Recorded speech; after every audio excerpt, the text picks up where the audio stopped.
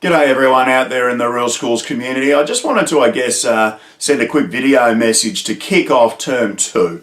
Term 1's often a term that we start the term bright-eyed and ready for a fantastic school year, and sometimes we get a little honeymoon period as the year kicks off, and by about this Easter period, reality's kicked in, and some of the old problems from last year have returned, and sometimes they're even bigger than they seemed in the past. So I just wanted to, send a message out there to everybody that is kicking off term 2 shortly to just sort of, keep that whole idea of what school culture we are building in focus. I talk a lot to school culture, and I guess one of the things that I was reflecting on was I talk a lot to the components of culture, and occasionally it's worthwhile us going back and just having a good little think about, what is culture and how is it that we can continue to play the long game. As people who've worked with me before know that my definition of what a school culture is basically that it's a set of behaviours, and it's the behaviours that we encourage, the behaviours that we say, that's fantastic, I really like that, that's, for instance, part of our values. We might provide an extrinsic reward in terms of a certificate or something like that for the behaviours that we really like and we really love to see in our school community. So my reminder around that half of culture is, are we rewarding the right behaviours in your school?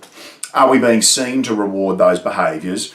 And is it inherently clear to absolutely everybody what the behaviours are that we value most in our particular and unique school?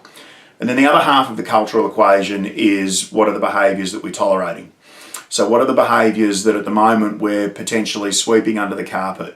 What are the things that are going on? And these are not just behaviours of our students, but what are the behaviours between the members of our staffs or even into the community as well, that we kind of go, oh, it's just too hard, I don't want to deal with that.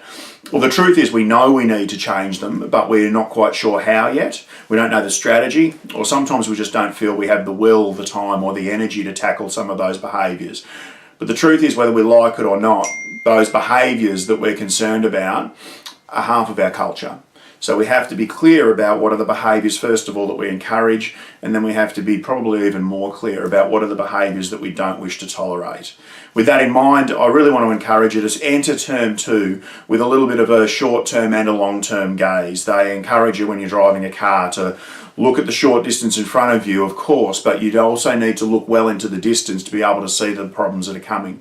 And for us to be able to tackle culture well and to provide a culture where some of those problems are less likely to occur, or even if they are going to bob up, they bob up with, with less frequency and they're not as severe or difficult to handle when they do, is about making sure that we don't just have a short-term gaze, but we're looking well down the track at what's the culture we're creating, what are the behaviours we're encouraging, and what are the behaviours we're tolerating. Have a fantastic term 2, everyone. If we can help at all, let us know.